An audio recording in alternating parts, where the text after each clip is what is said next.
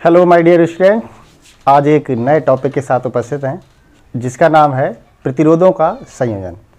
आपने पढ़ा है कि प्रतिरोधों का संयोजन बेटा दो प्रकार से होता है। एक होता है श्रेणी क्रम संयोजन और दूसरा होता है समांतर क्रम संयोजन। तो इसमें सबसे पहले आज हम पढ़ेंगे प्रतिरोधों का श्रेणी क्रम संयोजन। जैसे कि आप देख रहे हैं बोर्ड पर प्रतिरोधों का श्रेणी क्रम संयोजन। तो इसमें बेटा सबसे पहले क्या करते हैं, एक चित्र बनाते हैं। तो आप चित्र देख रहे हैं इस तरीके से, ये एक चित्र दे रखा है और इसमें तीन प्रतिरोध दे रखे हैं। यानी कि पहला प्रतिरोध है R1, R2 और R3। यानी कि तीन प्रतिरोध दे रखे हैं R1, R2 और R3। इसमें बेटा जो धारा बह रही है वो समान रूप से I धारा बह रही है। आप देख रहे हैं ये, यानी कि ये I है और ये I, यानी समान रूप से धारा I बह रही है। जब इस पर हम विभवांतर B लगाते हैं तो बेटा क्या होता है, इसमें धारा I बह रही है। तो यानी कि जब इसमें विभवांतर अगर देखेंगे, प्रतिरोध R1 के साथ जो विभवांतर होगा B1, R2 के साथ होगा B2 और R3 के साथ होगा B3।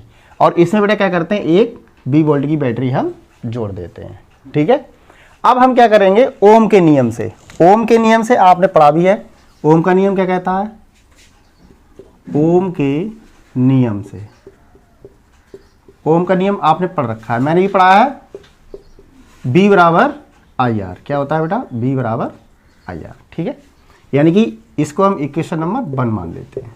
क्या मान लेते हैं बेटा, इक्वेशन नंबर 1, B बराबर IR। ठीक है, ऐसे ही अगर हम पहले विभवांतर की बात करें तो इसका B1 हो जाएगा।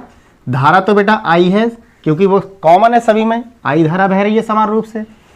तो इसमें जो प्रतिरोध होगा वो पहले के लिए कितना होगा, R1 हो जाएगा। ठीक है, इसके लिए हम क्या करेंगे, समीकरण नंबर 2 कह देंगे। ठीक है, ऐसे ही दूसरा विभवांतर अगर देखें B2 बराबर, इसका कितना हो जाएगा, R2 हो जाएगा। इस तरीके से इसे आप कह दीजिए समीकरण नंबर 3 कह दीजिए। ठीक है, इसी तरीके से B3 कितना हो जाएगा, IR3, यानी कि समीकरण नंबर 4।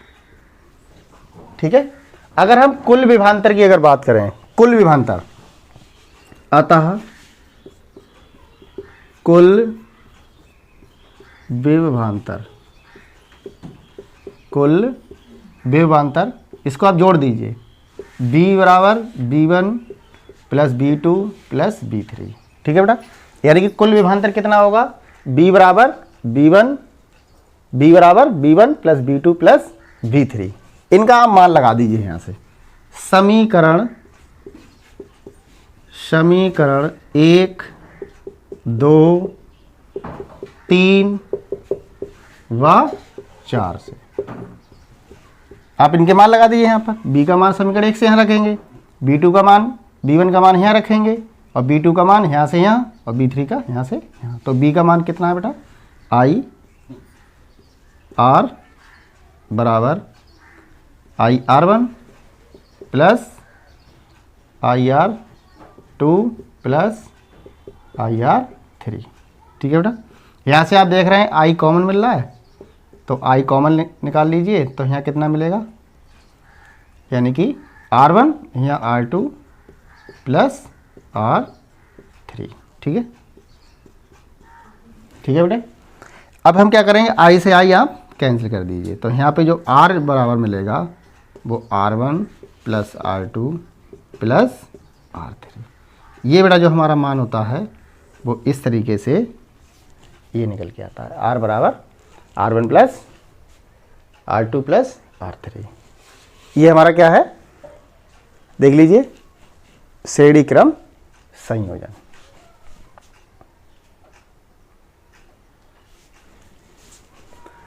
ठीक है बेटे, ये बहुत ही इंपॉर्टेंट है, कई बार आया भी है।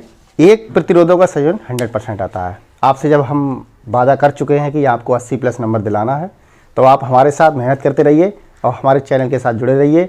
आप देख रहे हैं इस तरीके से प्रतिरोधों का श्रेणी क्रम संयोजन बहुत ही इंपॉर्टेंट है।